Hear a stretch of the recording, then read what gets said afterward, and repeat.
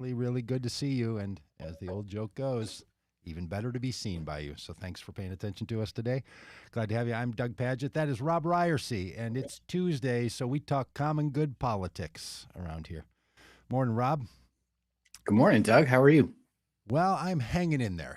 We've decided we're going to do these daily podcasts, and I have decided on a hat theme for each day. And so I've decided that it's going to be this hat style, which I often wear, but I have this in many a color. So today it's purple. Those of you that are listening just on the podcast, I don't know. We should throw up Dan, our producer's listening, and Dan, we should throw up some photos sometimes to go along with our podcast so people get a little bit of a glimpse. But I Go ahead. I toyed with wearing a bow tie today to bring back my personal bow tie brand to go along with your hat brand. That would have been nice. It's a new year. It's a new day. I think it's a new time for us to try some fun just like that. I think we should all get a brand. In fact, sometime Maybe next week. maybe in this podcast we'll tell the story about what happened when we were over in Washington D.C. for the inauguration, and that guy's like, "Hey, I recognize the hat walking through the crowd." But that's not, it's not just fashion that we do around here on Politics Tuesday and the Vote Common Good podcast.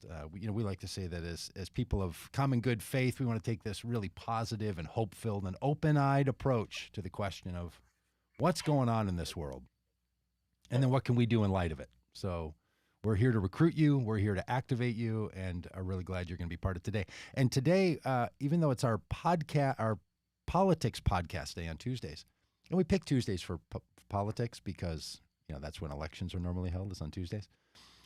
So it's not just Taco Tuesday; it's also Politics Tuesday around here on the Vote Common Good podcast. But we're going to be talking with someone who we equally could have had on our Friday science theme day.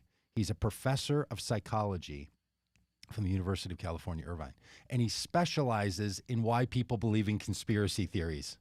And his name is Dr. Peter Dito, and what he says about himself is that his specialization is in social psychology, judgment and decision making, political and moral reasoning, emphasizing what he calls hot cognition, the interface between passion and reason.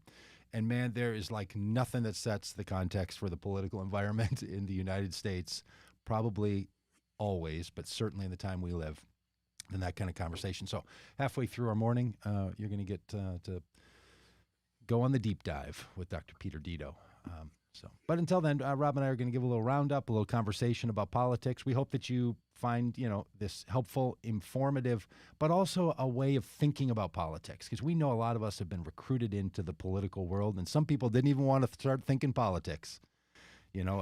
Rob and I both being pastors and then talking about politics, it's like religion and politics, quite literally the things that people don't want to, ever have you. Yeah, we picked the two things. We might as well have like a sex and money podcast as well, right? right. And how's your relationship with your mom, Day? Why don't we do that? Just really get the things going that people want. That's the same as politics. People. So Rob, give the good folks, the common good folks who don't yet know, haven't had the privilege of getting to know you, give them a little context for the Rob Ryersey world and life. Yeah, I'm Rob Ryersey. It's pronounced Ryersey with a long E on the end. Nobody ever gets that. Who doesn't get that is Siri. When I say call Rob Ryersey, and she says calling Rob Ryers. Yep, exactly. She's just argumentative, isn't she? Siri? She is. Yeah, I'm a pastor in Fayetteville, Arkansas, at a church that my wife and I founded called Vintage Fellowship, and been here, I don't know, 14, 15 years.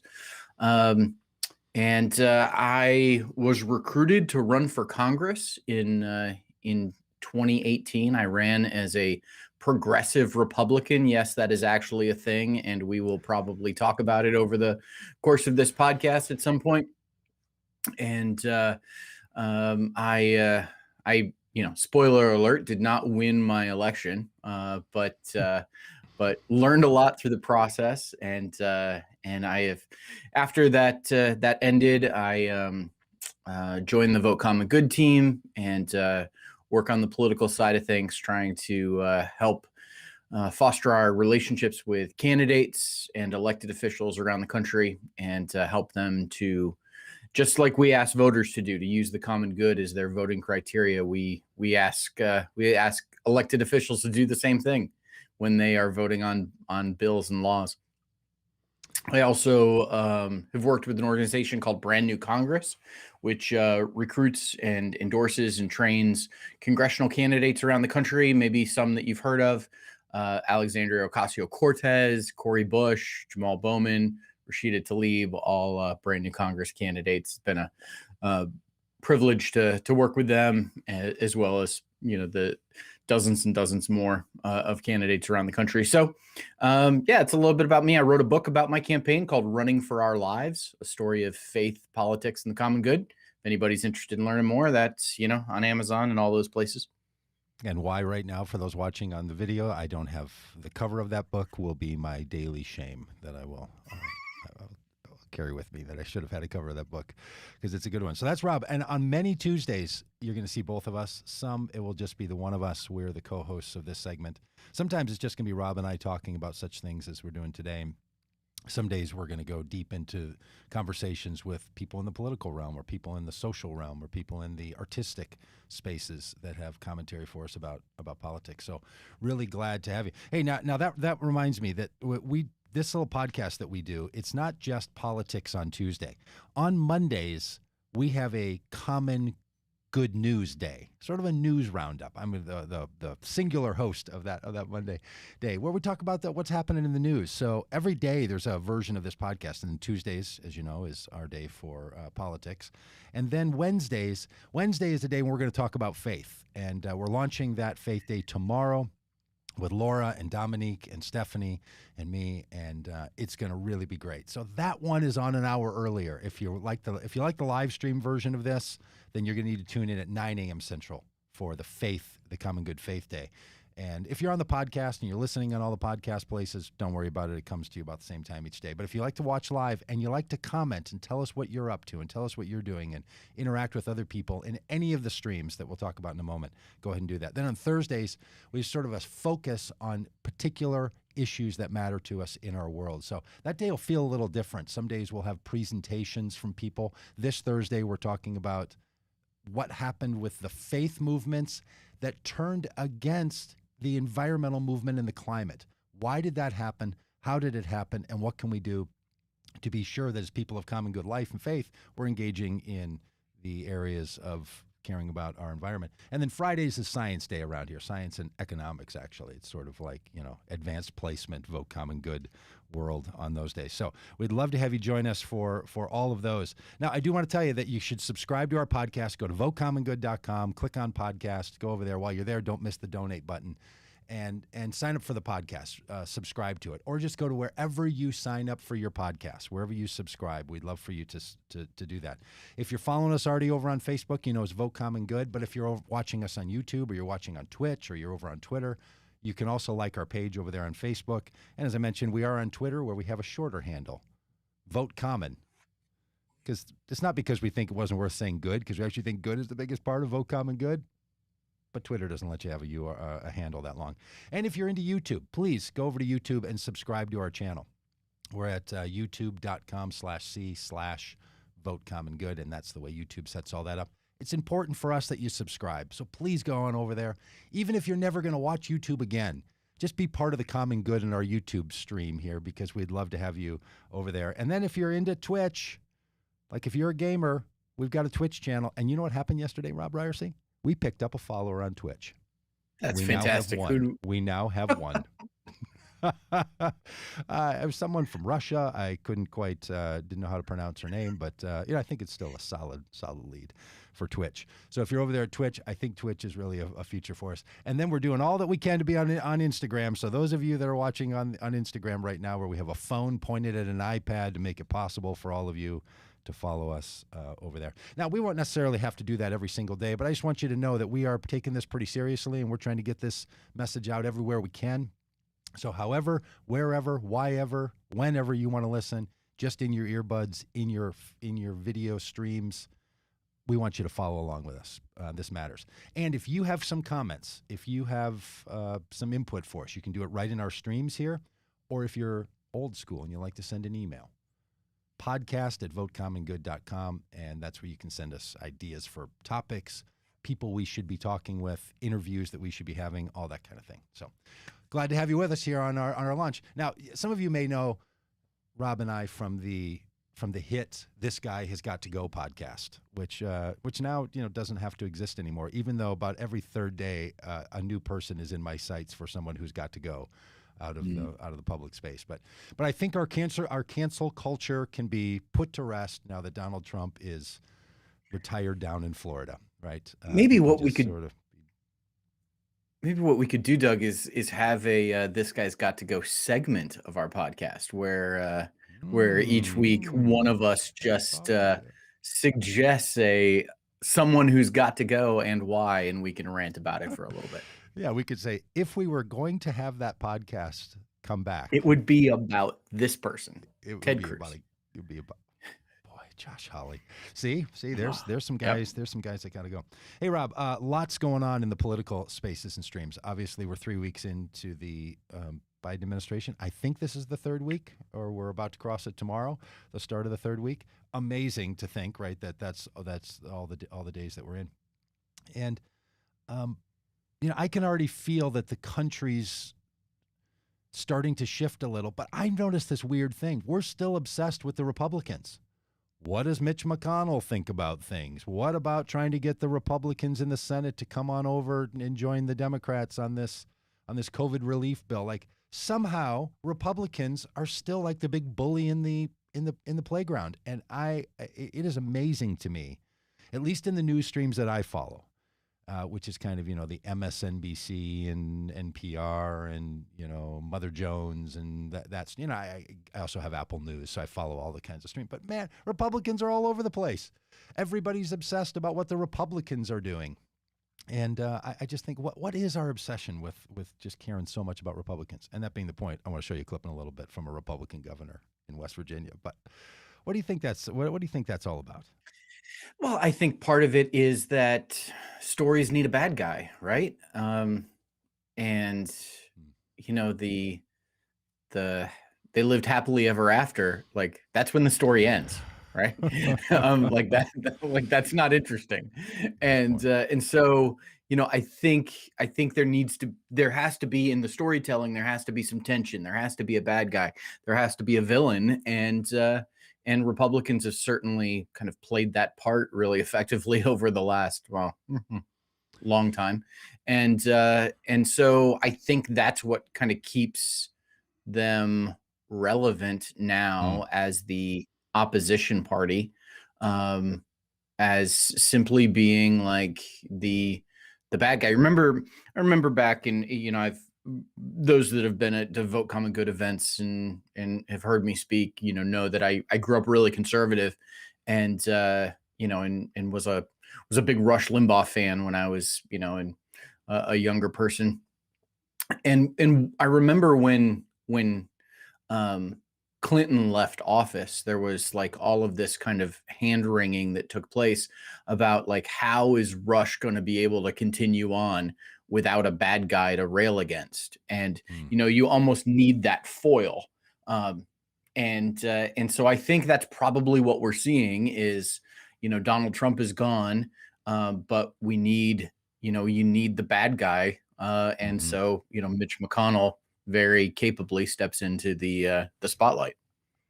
Yeah, and Representative Green from Rome, Georgia, which Listen, we'll get into a bit later, sent, I'm sure, with Dr. Dito, that we will have to talk about, the specific idea that publicly members of Congress have advocated for what many of us would refer to as a conspiracy theory. Now, I will say that many people have held to conspiracy theories and have been representatives in our federal government.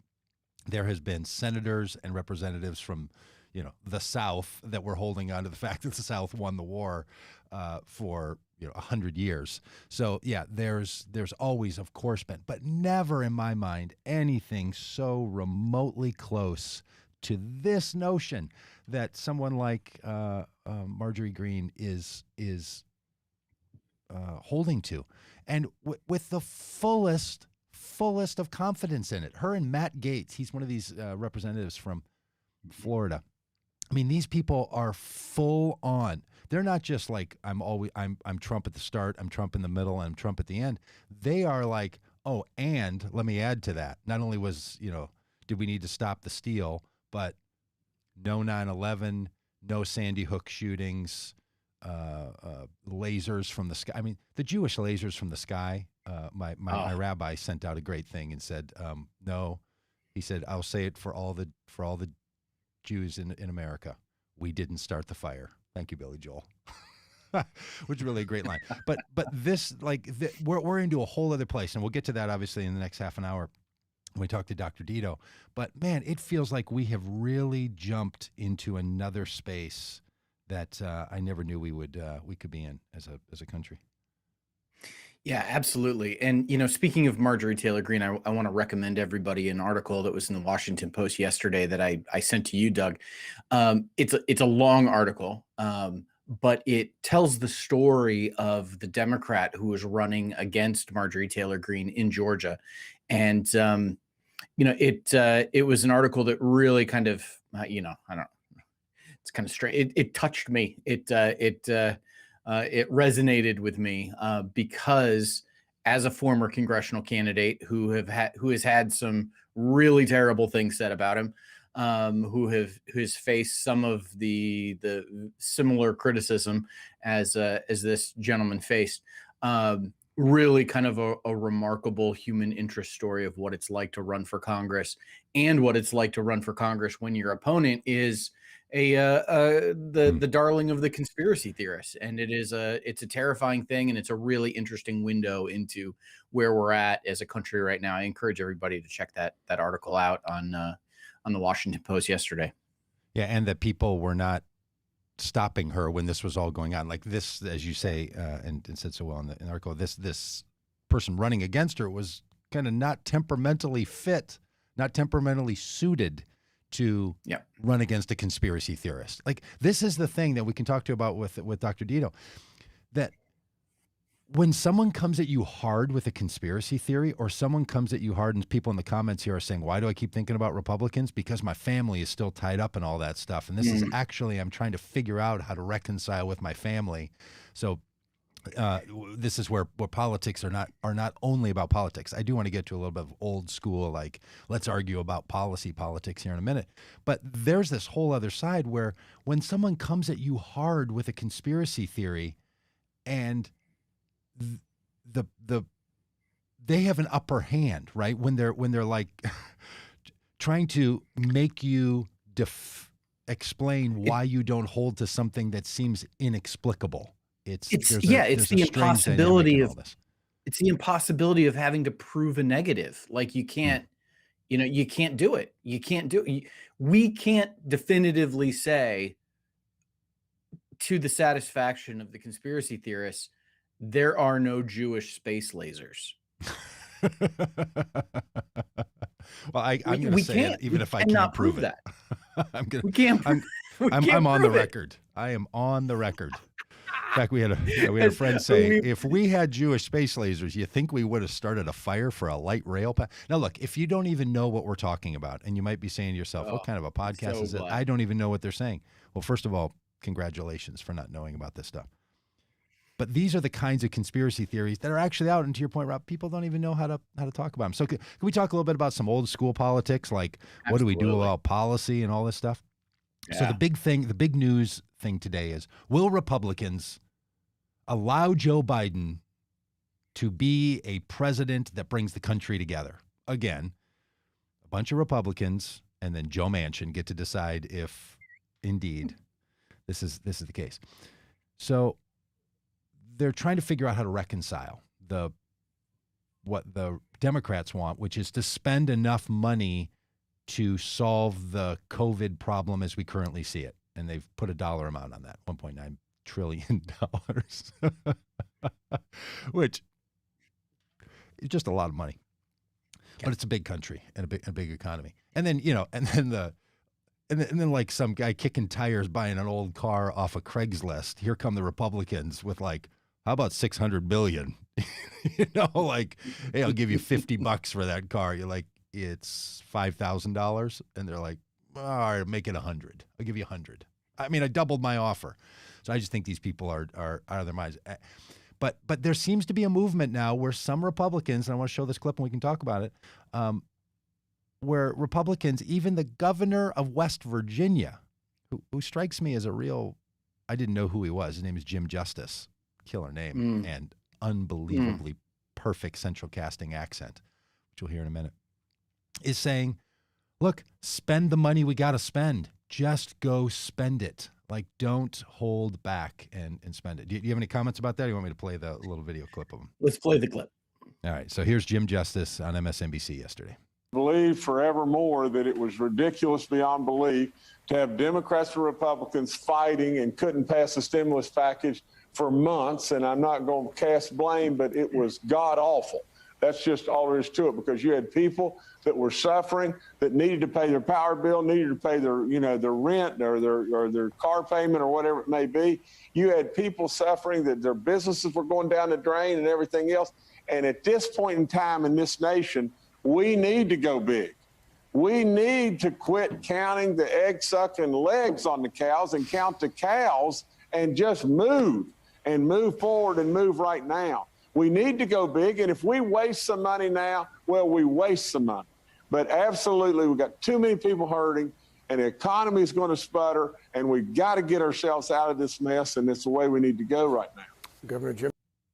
All right, so what's fascinating about that is he's the governor of West Virginia, and I know you live in Arkansas, and you occasionally get to hear people with that accent just, at your local patisserie. Yeah.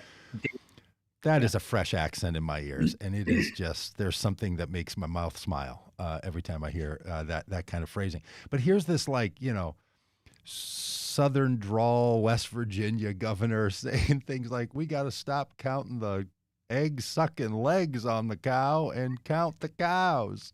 I have no idea what that phrase means, but if I don't use stop counting the egg-sucking legs off of a cow and start counting the cows once a week, I think I've missed an opportunity. So he's basically saying, spend the money you got to spend. And this idea, he said on another program yesterday, I don't know why they got him touting around, but he's out just basically saying, like, who cares if we waste money right now? The economy's crashing. People are suffering. Spend the money. Is that going to be a catch up for the Republican movement? Do you think there's any Republicans who will actually go down this road and say yes to that kind of a perspective? Well, I'm not sure Jim Justice is like the best representative of Republican politics. He sounds like a Republican. He's actually a former Democrat. He became a Republican just to run for governor. He's purely a Republican for political purposes. Lifelong like Democrat. Yeah. I don't know what you're talking about. I like him. So yeah. So I think what's real, like the fascinating thing that he says, besides the egg sucking cow legs, which I really have no idea what that's all about, but this notion of if we got to waste money, we got to waste money. Have you ever heard a politician say that? I mean, government waste is that is bipartisan support for eliminating government spending, the wasteful government spending. How many times have we seen, $50,000 of government money was spent on some art piece that somebody didn't like. And, and this gets touted as wasteful government spending. And Jim Justice is here saying, hey, if we have to waste some money, we have to waste some money. That is staggering for anyone who pays attention to political rhetoric for a governor to say such a thing. And it's important for people who are into the intrigue of politics. He's the West Virginia governor. Now, the reason that matters is because the senator from West Virginia is a Democrat, but he's someone who is a conservative little more Democrat. Conservative, and his name's Joe Manchin, and he's someone who many people are saying, that guy, and then Kristen Sinema, interestingly, also a very moderate person politically, though not socially, from Arizona. These two are like, hey, you got to come get me. If you want 50 for Democrats, I'm one of them, and I'm willing to play ball with, I'll play around the field here if we need to. So Manchin holds a lot of power. So the idea that the governor from his state is the one that's out there saying, hey, as a Republican, at least elected Republican, we've got to get the money that we need to get into the pockets of the American people and into their bank accounts. That's the only thing that matters. Just spend the money. And this is what we did in July. This is what just gets me about this. And it worked. And then all of a sudden the Republicans, and here's the thing, Rob, and you can defend Republicans for people on this because you understand them well. You know, you can explain what they mean. For some reason, they still act as if making sure that the wrong person doesn't get something they don't deserve in their minds. Like, it's all about merit. It's all about merit-based politics. Did you deserve it? Look, Republicans talk like this. Democrats talk like this. I'm actually listening to this book called The Tyranny of Merit. And it's all about this idea that, like, our politics are built. You heard Obama say, like, hardworking people who deserve it. Well, that's a merit argument, right? Like, if you deserve it, then you get it. And Democrats say it and Republicans say it. Everybody talks about if you deserve it. And then here's this guy, Jim Justice, who's like, look, I don't care if people deserve it. I don't even care if it goes to the right place. Just flood the zone. Like, get enough out there and don't worry about if it lands in the right or the wrong place. Just have your way with it. I think it's, wouldn't that be refreshing if there was like a practical voter benefited orientation to republicanism? Because it seems like Republicans are constantly acting as if they should play the process argument on everything. Something about, is it fair? And here's what I don't get. Normally people say that it's liberal leaning progressive Democrats that are all into fairness until it comes to government spending or intervention. And then it's all about fairness. Like, you didn't deserve it. You don't get it. Did somebody get a unemployment check and they worked that month? Well, go get that money. Like, by God, we're going to make sure that nobody gets something they don't deserve. Like, what in the world? Like, the merit police of republicanism running around. And then you see this guy, and I just wonder, could it be that he represents something fresh? Let's hope so. Yeah, let's absolutely hope so. Well, Rob, we're going to let you talk to the good people here for a minute. I see that in our fancy little system, we have our guest in the green room. So I'm going to throw this thing over to you, and I'm going to go chat with him for a second. Yeah. While we're waiting for Dr. Dito to join us, let me just mention something that took place on the internet last night. Live stream that took place last night. Congresswoman Alexandria Ocasio-Cortez, AOC,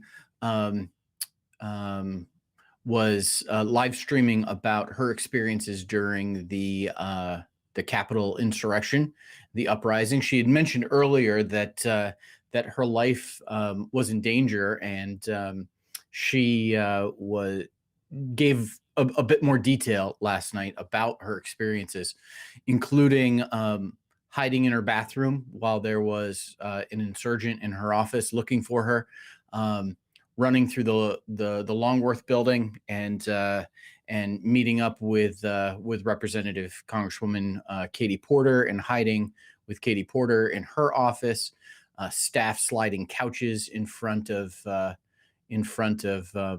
doors to keep people from getting in.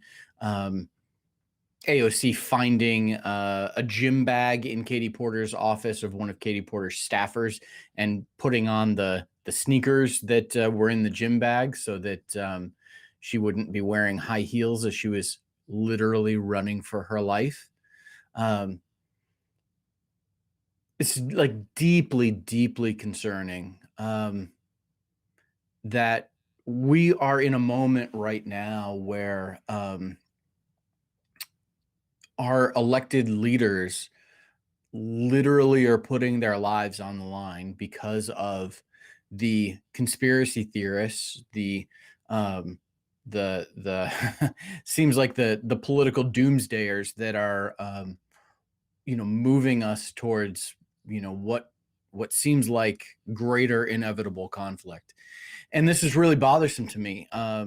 As some of you know, I had a chance to get to know AOC during her congressional run and consider her a friend. And the thought that my friend was fearing for her life. This is not just something amusing to watch on TV. This is not just,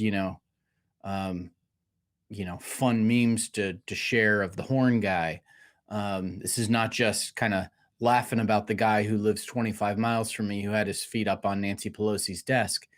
This is literally life and death for real human beings, and that ought to concern us, that we are now living in a space where the political infighting, the political game, the political battles and wars have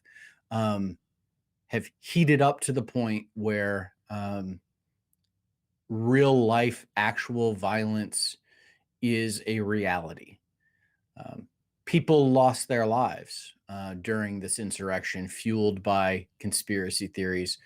This is really, really serious stuff. So maybe you might be wondering, why are we going to talk about conspiracy theories here on our inaugural political podcast? It's because the conspiracy theories are fueling our political discourse right now, fueling the political climate in our country, and fueling the violence that is that seems to be overwhelming the system. And I don't think it's going away unless we figure out how to understand how this happens, unless we figure out how to respond to it well. And, I mentioned this Washington Post piece yesterday about the Democrat who was running against Marjorie Taylor Greene in Georgia. And Doug mentioned, how he just personality wise was not fit to meet the challenge of conspiracy theorists, unless we are ready to do that.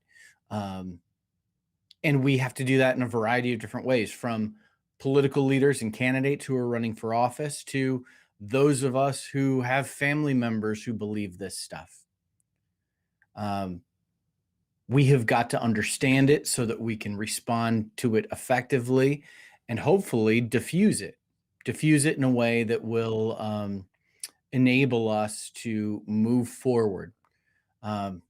I know, it's tempting to just, kind of wish we could split the country up into red and blue. And, you've seen those, I'm sure you've seen those memes and images that kind of make the rounds on social media every now and then of the United States of Canada and Jesus land and how we can split things up. And there's there's a lot of humor in that. And there's, my wife and I joke often about moving to Canada. And there's a lot of thing of hey, we could just get out of this. The reality is we're not getting out of this. Yeah. The reality is that we live in relationship. Or you do, or you just literally leave. But if you don't want to do that, then you gotta but work we your way. live in relationship with people who believe this stuff. And there is no escaping that. So we've got to understand it and be able to respond to it because it is now a very real reality for our political life. So I'm excited about our chance to talk to Dr. Dito about it. Yeah, that is a perfect segue. Dr. Dito, we're so glad to have you with us. Thanks for joining us. We can see that your camera's not coming on. I don't know what we do about that, but we do have a placeholder and a little shape of your face. Yeah, you can hear me okay? Yeah, we hear you great. So you sound fine, but yeah, I don't know what is the problem. So, well, it adds a little.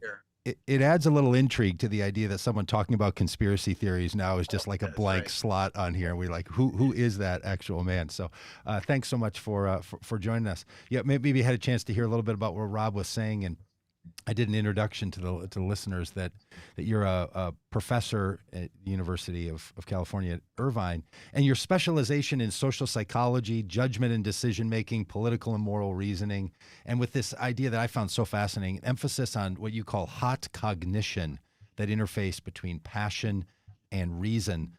Tell us a little bit about why that's of interest to you. Like, how did you decide as a professor that your area of interest was going to be this hot cognition and passion and reason connection for people? Well, thanks for having me first. Yeah, that's an interesting question. I mean, I've always been, I think I was interested in human rationality. I think a lot of us are, you kind of look and go, wow, that doesn't make any sense that person believes that. And that is something that had always intrigued me and led me into social psychology. And then I think my really sort of fundamental belief is that people think emotionally, that we want to separate those two out. We want passion on one side and reason on the other, right? So that we think that we're capable of sitting down and sort of, unemotionally, dispassionately thinking through situations. And I just think that emotion and feeling are just such a integrated part into that it's hard to think without feeling when we're thinking about political things, right? There's, if something that seems to reflect well on our side, we like it. It makes us feel good. We want to embrace it and pull it in. If if the something reflects poorly on our side, reflects well on the other side, we kind of want to push it away. And it's impossible to get out of those sort of emotions, and those are all mixed up in how it is that we feel and what it is that we ultimately believe. So talk a little bit about what is a conspiracy theory. So we chatted yesterday, and you said this has been a good time for people who have your professional capabilities to talk about conspiracy theories. Rob and I and our producer, we lived together on a bus for a number of months over 2020 and would travel around the country. And one of the games we would play is, what conspiracy theory do you believe in, right? And then we'd say things. I've got one about big fish trying to get us to eat more fish, and some people don't think you landed on the moon, and all this. And we were kind of playing with the spectrum, right? About like, here's a thing I believe that most people don't believe. Is that a conspiracy theory? Like you're just a contrarian in your beliefs? Or is there something that you know about conspiracy theories that are really powerful and really change the game that we need to be thinking about? Yeah, I think what's great about your comments is sort of capturing the continuum, that this the conspiracy theories are sort of an extreme version of relatively normal processes, right? So I think what scientists would label a conspiracy theory as a belief that sort of events are being controlled by some malevolent group that's unseen, right? So in the current idea, some kind of QAnon-like idea that some deep state is controlling the forces, or that 9/11 wasn't it was an inside job, or that the classic kind of Kennedy conspiracy theory that President Kennedy wasn't assassinated by a lone gunman, but by this sort of global conspiracy. So that's classically what we think of as conspiracy theories, when this kind of this paranoid idea about a malevolent force that can't be seen that's controlling things. But it's not unlike many other sorts of beliefs that we all have. We all have sense that somehow what's on the surface is not really what's happening, that there's something else going on. It's things like, I think that big corporations are kind of manipulating what it is we want to buy. That's true. That's what they do.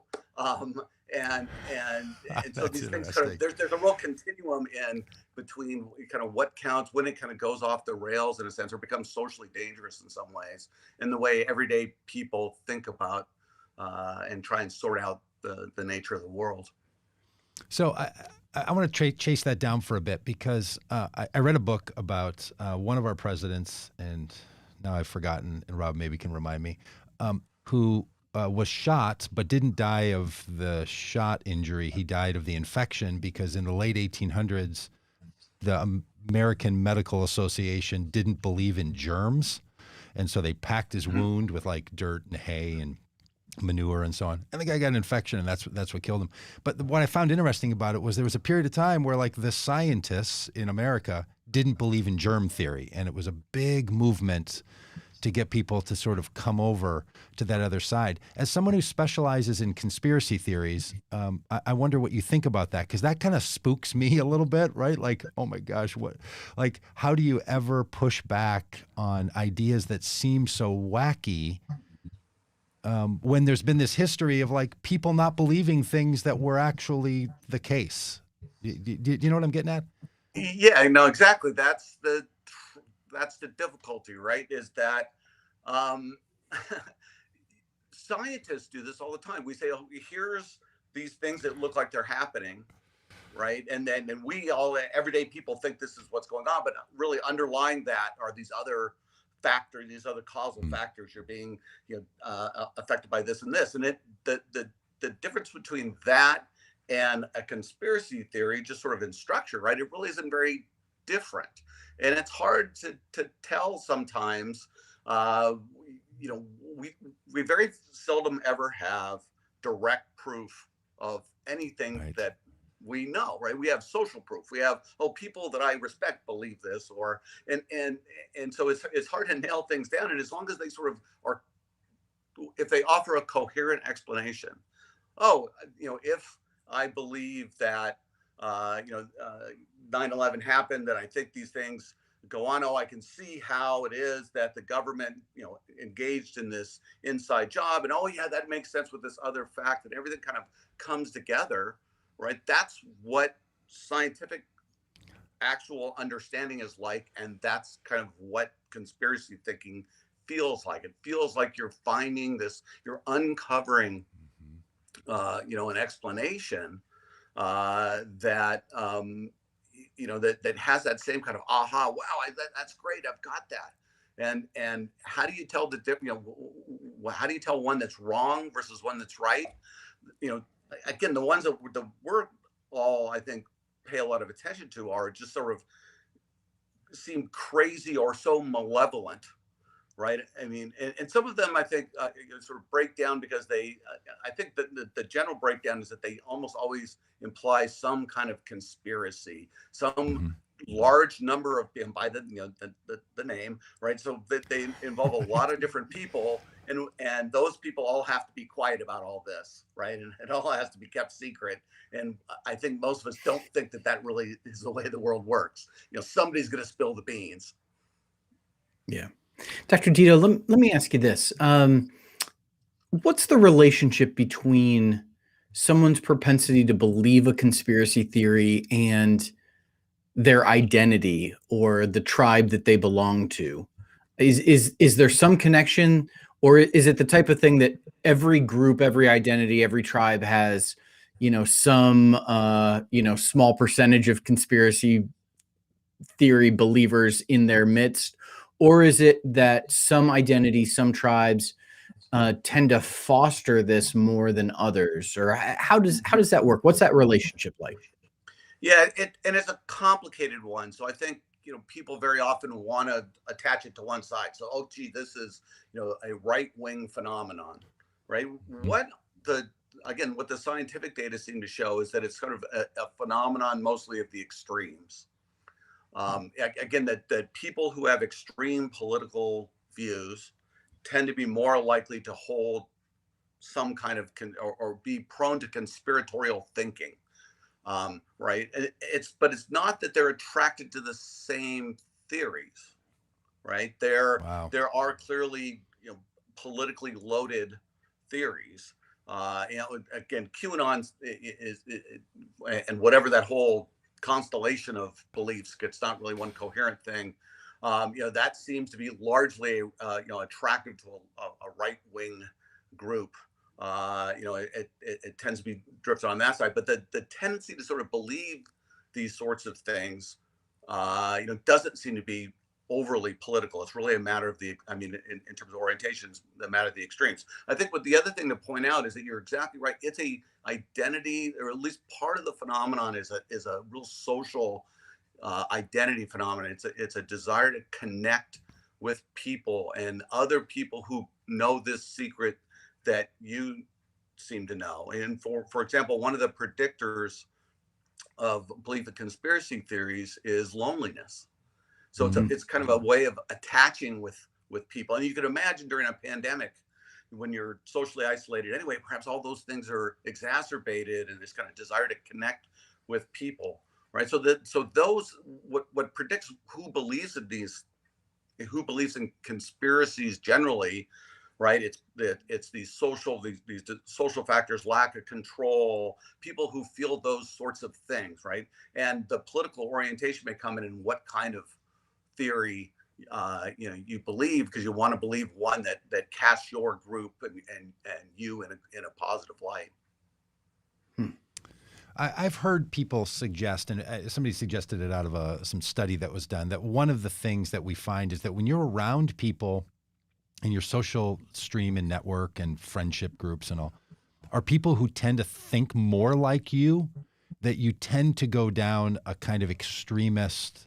It sets the context for you having extremist views. And so I'm kind of thinking about like a series of contexts, right? Where if someone holds extremist views, then they likely would become, to your words, more likely to hold to a conspiracy theory.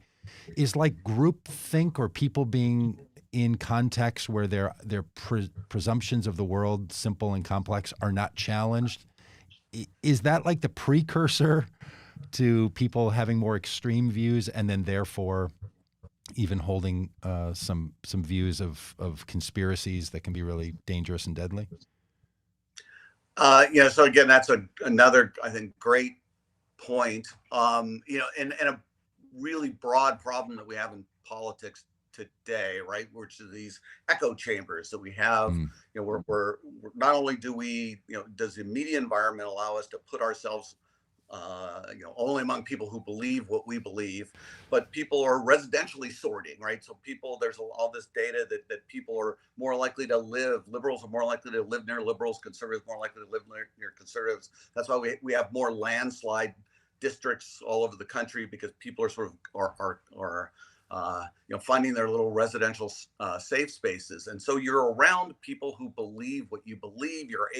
The media technology allows us to find people who believe, again, in our particular conspiracy theory. And yet people radicalize each other. There's really good evidence that sort of group polarization. If you go and hang out with a bunch of people who believe what you believe, not only does it sort of there's nothing more powerful in making somebody believe something than having somebody else believe it too, right? So if they believe, then wow, no, I'm not crazy.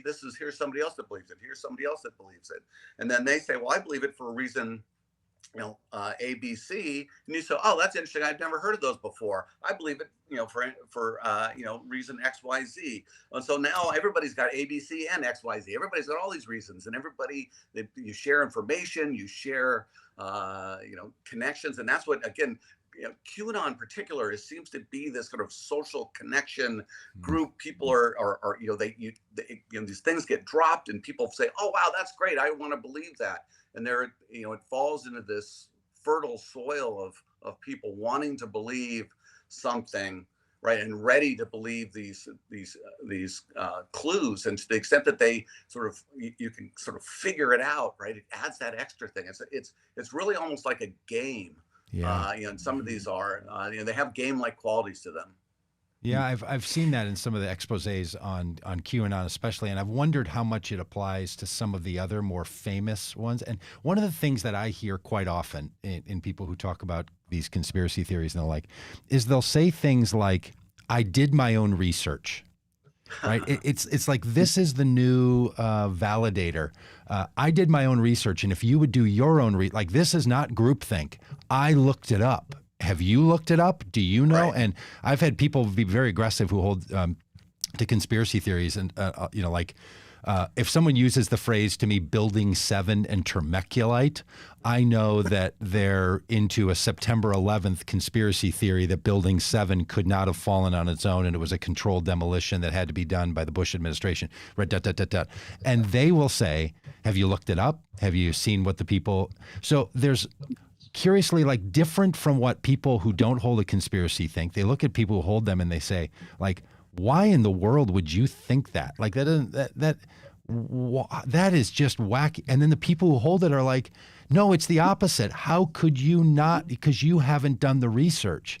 So I know people who are just watching their families fall apart because someone in their family, often an older person, but not always, or sometimes their kids, are starting to say to them things like, well, I'm worried about you because you're not willing to even challenge, the broad media that you have brought to you.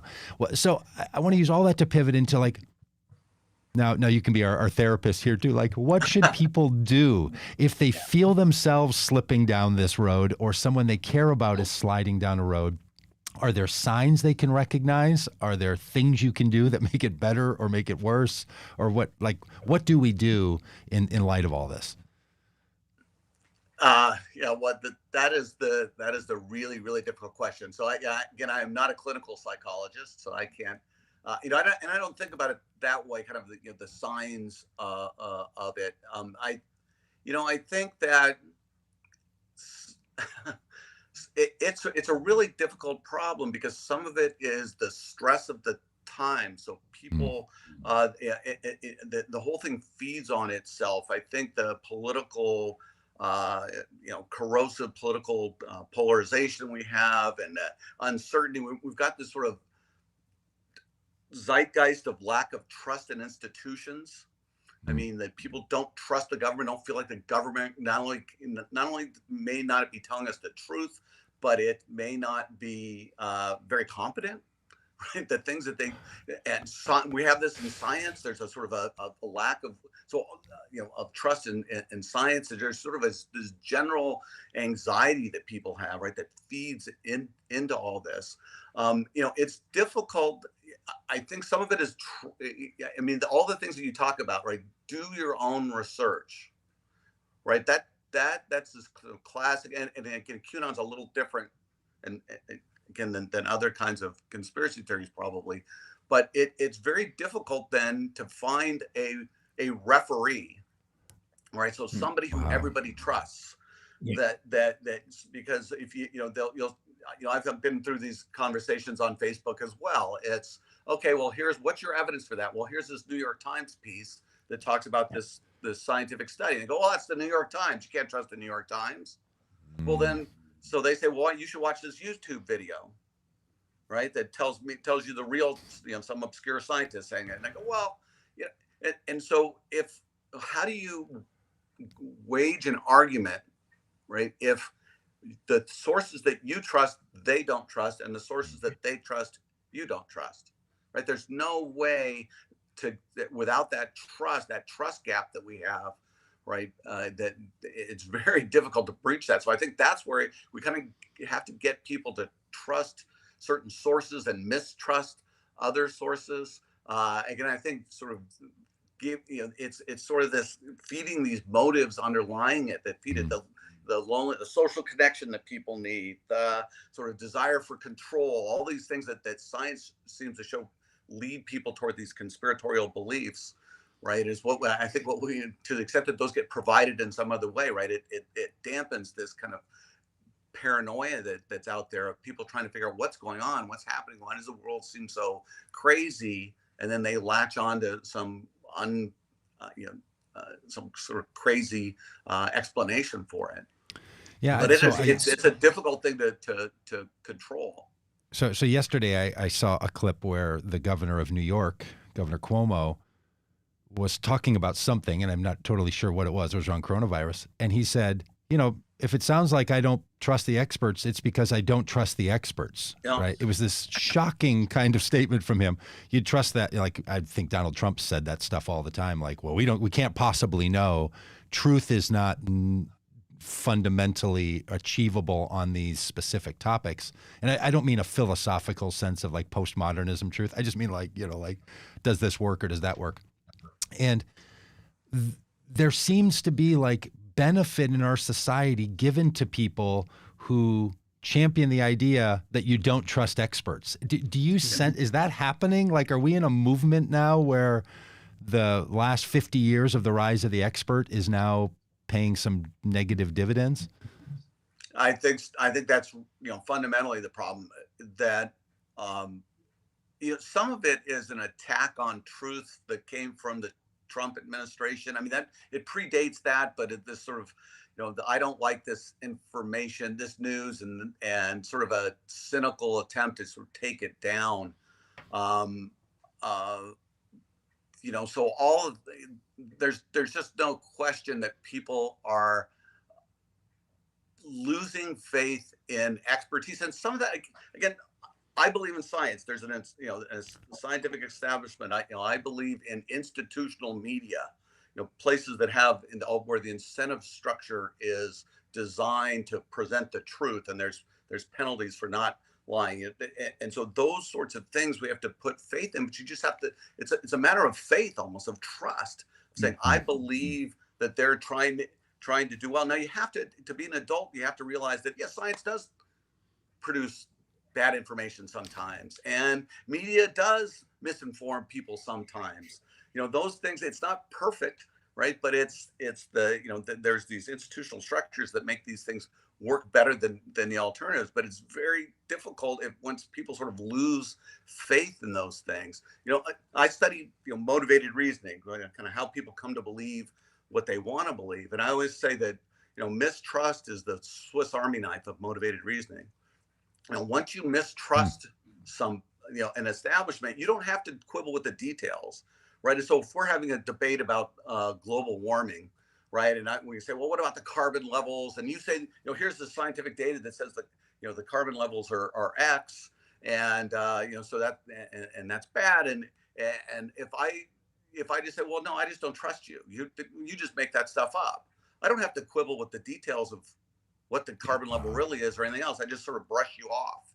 And that's what we're doing. That's the trouble. It's just fake news. That's just fake news. You can't believe it. Just get rid of it. And there's, so all those processes of people not having anybody to sort of go to, are really creating problems. And again, sort of on top of that, there's just assault on the very idea of truth is, these are important things that if we lose that sort of faith in truth and in truth producing institutions, we're in a lot of trouble.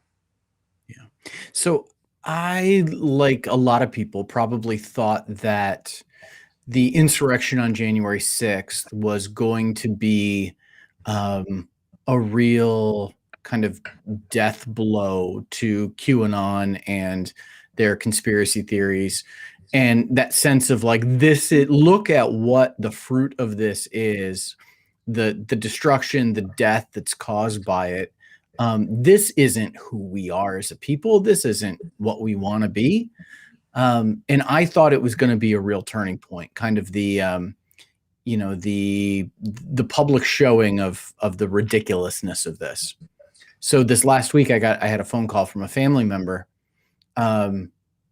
who, once we started talking about the insurrection on January 6th, said to me, I read an article about how most of those people were bussed in to make the president look bad. And I just had this crushing realization that what I had hoped wasn't going to happen. And like the profound disappointment of like, oh, this family member might be lost to this conspiracy theory forever. What if an insurrection in the Capitol building that results in the death of Americans doesn't wake people up to the reality that they've believed a lie? What does? What can? Is there any hope, Doctor? Yeah, again, this is why we're all so concerned about this. I think that was, I followed this exactly the same way. Again, I studied motivated reasoning for 30 some years, and all of this surprises me, the power of these ideas. And it was difficult to tell in the days after the insurrection. It looked like maybe this was the sort of wake up call for the Republican Party, and there were some signs that it was moving. McConnell said some encouraging things. People voted for the impeachment, but my sense was, yes, it was just going to kind of crumble, right? And there's two different levels.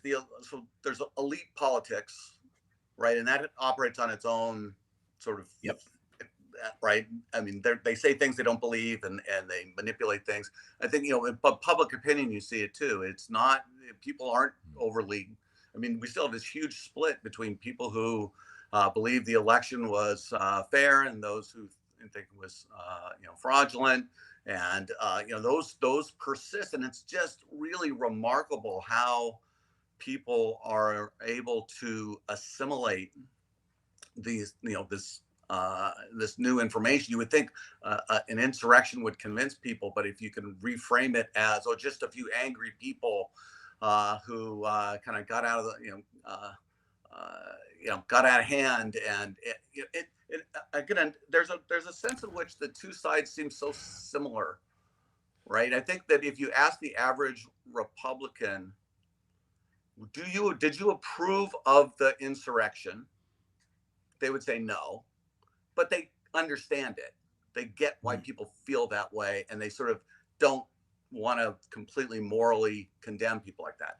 It is not at all unlike the way liberals treated the BLM conspiracies and the protests and the looting that happened afterwards, right? And so liberals are saying, well, gee, I don't approve of the looting, but I understand it. I understand where it comes from, right? Yeah. And so the two sides, and I'm not putting those two on a morally equivalent. I'm saying psychologically, the two sides, you can see they sort of excuse their own side's behavior. A few extremists, a few bad apples, but and somehow they're able to sort of absorb all of this and maintain this view, and it comes from this intense partisanship that we have, right? That's so moralized. That we view the other side not as somebody who's mistaken and has different ideas about things that we do, but somebody who's evil, and our side is good, and all of that fuels this conspiracy thinking as well. So Dr. Dito, I've been following your work online, and you did a presentation for the Center for Global Humanities, and there was a slide in your presentation about the three forces of polarization. And for those watching the stream, I have it up on the screen. But for those just listening in, you talk about these three forces, and you say they don't really go in order, but they're I don't know, they like impact each other. It's moralization, factualization, and socialization. And I found that to be really helpful. So at the risk of trying to steal an entire semester's worth of coursework from you in a podcast, it seems like that's very helpful. Can you just say a word or two about that? Sure. So these are all kind of natural group processes, right? So our history is people are groupie, like they split up in since we've been on the savannah, right? We split up into little groups and we interact with one another, and we usually it doesn't go very well. But in general, you can look at our situation, and the problem that I focus on the most is these different factual beliefs. The two sides believe different things of differences of opinion are fine. Differences of facts. If you say, I think X is true, and I think global warming is happening. I don't think it's happening, et cetera, down the line, right? That's what I've sort of focused on. So how does that happen? Right. And there's these three forces that I think are going on that are leading to that kind of factual gap, and then having it all fuel itself. Right. So there's moralization, which is just this idea of treating the groups, two groups that see each other in moral terms. Right. Not in fact, again, in one view of politics is, okay, you have your opinion, I have mine. You're different, but we both have the same goal. Right. So you're just mistaken. At worst, you're dumb. Well, but there's the moralized version where you're trying to do something really different. You're evil, and you're not dumb. You're evil. You're trying to take over the economy. And so that's what we've got. So that politics in America is this sort of hyper moralized. It's more like in a recent paper we talked about it as political sectarianism. Right. So they're more. It's like two sects of the American civil religion who are trying to sort of fight it out over who's got the true vision of the founders. Right? They're like Sunnis and Shias, more than they are Democrats and Republicans. So everything's moralized. It fuels everything. Everybody's really angry at each other. And that's the moralization part. What that moralization part does is it fuels the way we process information, right? So because we're so mad at the other side and we want to believe our side is good, we take in the information that supports our side. all the science that supports our side, everything we believe it's true, and every things that favor the other side we reject, and that's what groups do, right? They sort of take in, they have their own beliefs, they support their own beliefs that their side is good, the other side is bad, and so that's where that moralization fuels the way we process information, so that we just accept information that we want to believe, and we get this sort of factual gap between the two sides, where one side believes X and one side believes not X. Then those different facts get pumped into the sort of social system, right, where we're completely segregated. Like I said, different media environment, we live separately, and so again, you find out your this crazy fact, and then it used to be that you went home and at 6 o'clock, Walter Cronkite came on and told you that fact was wrong. Now you go home, you watch your media that tells you exactly that the thing that you wanted to believe is really true. It's a form of socialization. You're told all these reasonable people are telling you the things that you believe are true, right? And that just stamps these beliefs in. It turns an individual belief into a socially validated truth. And so we have these two sides who have different facts about things. They're socialized. Everybody around them believes those facts. And when they look at the other side that believes the other side, when you guys see people who believe, these crazy conspiracies, you go, what are you doing? How could you possibly believe that? You guys are crazy. You're evil. You're bad. Well, they have the other side. They have beliefs of theirs, and they look at us and think exactly the same thing. Right. So, and there's nothing more infuriating than having somebody who refuses to believe the facts that you absolutely believe are true.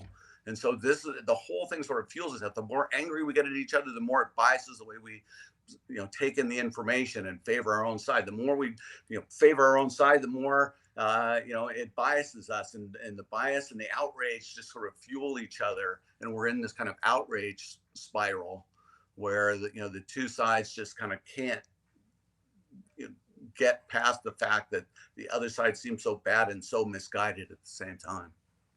So, at the risk of having to pay for a tuition for a full semester here, we will let you go in a moment. But people on Facebook are saying really insightful things too, and it makes me wonder. Like, do you think there's one of these? Somebody on Facebook said it's really about the distribution system of wrong facts, and the names, Fox News, OAN, these other networks, and people finding it on social media.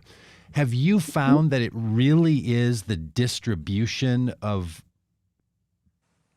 wrong ideas, or that sits at the core of this polarization that then leads to these conspiracy theories? Or is it more like a blended brew of moralization, factualization, and socialization? Like, is there a thing that if someone had to work on something, that would be the best area to work on, or the best tack to take?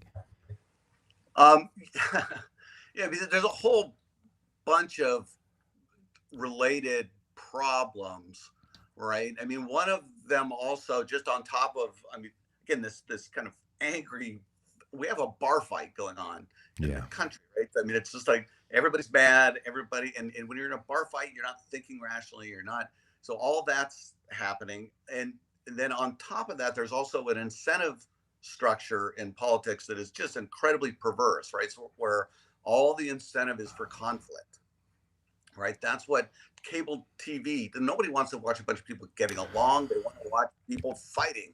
And the political parties have realized that, anger and resentment, and particularly, a phenomenon I think is so prevalent and so important right now is grievance, right? This feeling like I've been treated wrongly, right? And that just fuels, you want to keep fueling that. They're the other side, they're so bad, they're so bad, they're so bad.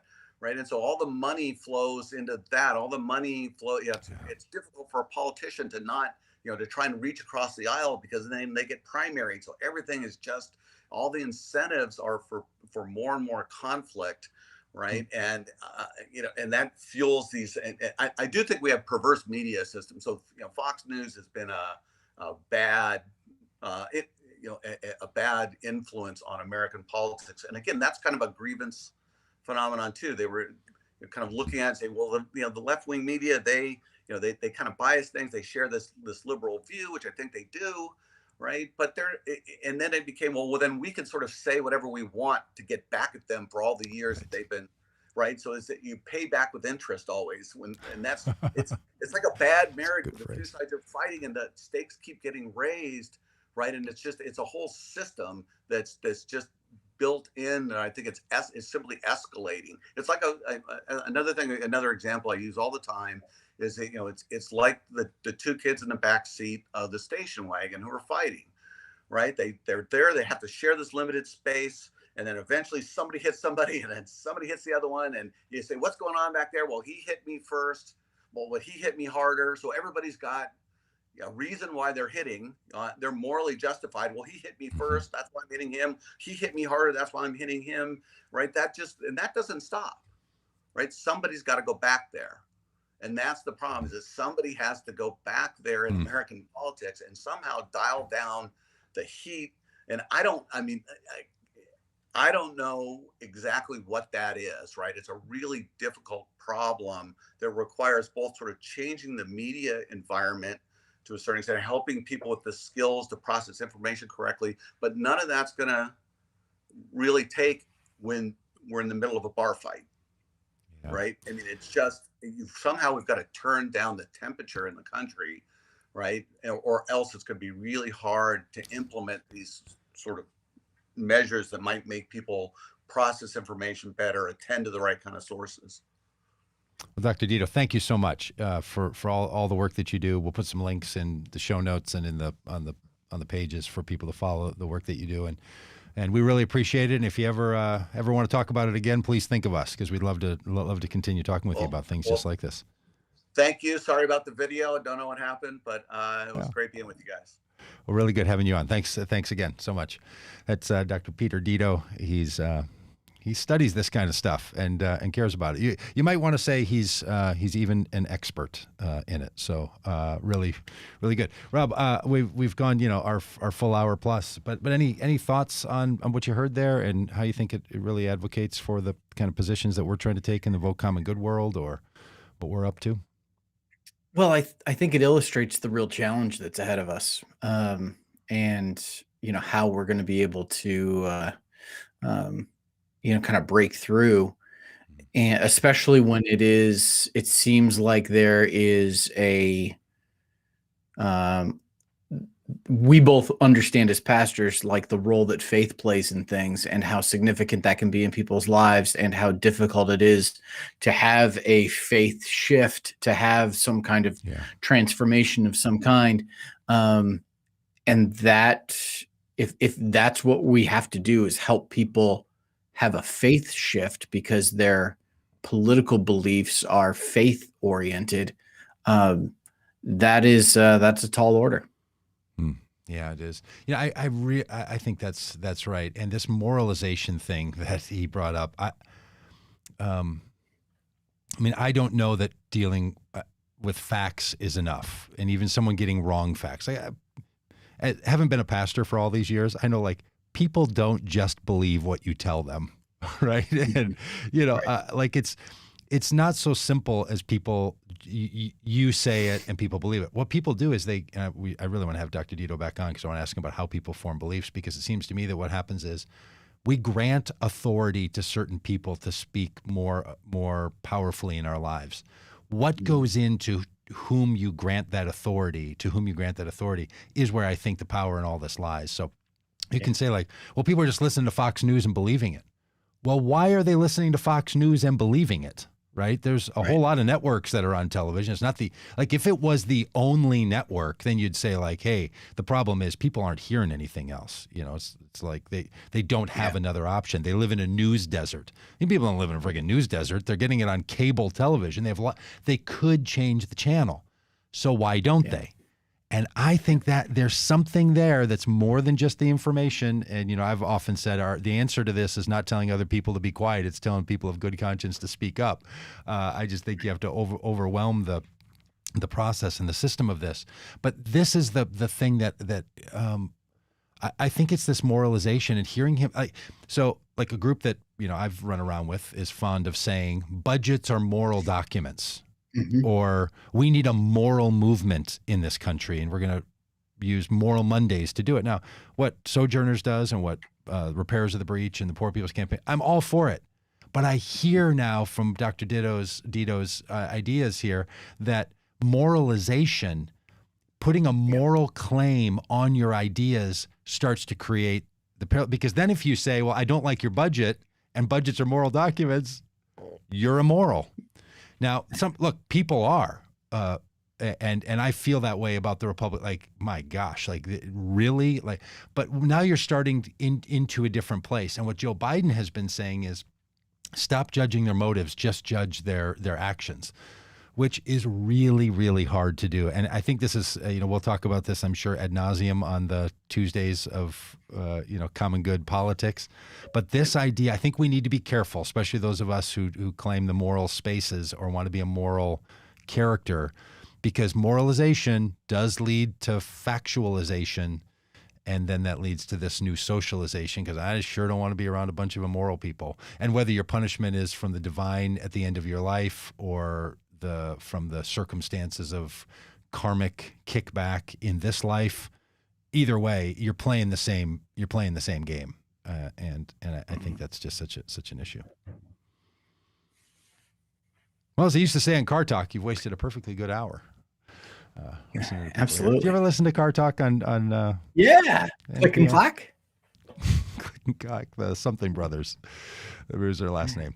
That was a great little line. You've wasted a perfectly good hour. Other thing they would say, which I really liked in the third half of the show, they would say, there's a third half. They're clever. May we someday be just as clever. Hey, friends, thanks for being part of this and for listening. And again, if you haven't gone over to the podcast, votecommongood.com. If you're watching this online, and you're watching the stream, go over and subscribe to our podcast and make your way over there to the good people over at YouTube and subscribe, because it really helps us to get our subscribers up on YouTube. And if you're listening to the podcast, go the other way. Shoot on over there to Facebook, go over to Twitch, go over to Instagram, wherever you like to connect, and find Vote Common Good and become one of our team. Hey, those of you that have been involved in the chat, we see those. I see a lot of those coming in, and we really appreciate you sticking with us and being a part of this. Tomorrow it is our Wednesday Faith Day, so Common Good Faith with Laura Truax and Dominique Gilliard and Stephanie Spalding and me, and so we'd love to see you at 9 a.m. Central Time tomorrow. Rob, we need a Tuesday. We need a Tuesday sign off. Well, look, now Dan is joining us. Hey, Dan, are you in for fun, or are you just in for kicks and giggles? Fun. Oh, there he is. So that's Dan Dietrich, famous musician and producer of the Vote Common Good podcast. So you're not Dr. Are you going Dito, to sing but it us says out, you Dan? are. I'm just going to sing the theme song. Hey, you can play the theme song. By the way, we have a theme song for the podcast. Do you want it? You want to try to play it, and we can go out on it? No. You're not prepared for such things? I wasn't prepared to play it either. All right. Well, hey, good to have you all around with us today. Thanks, and a common good morning to you.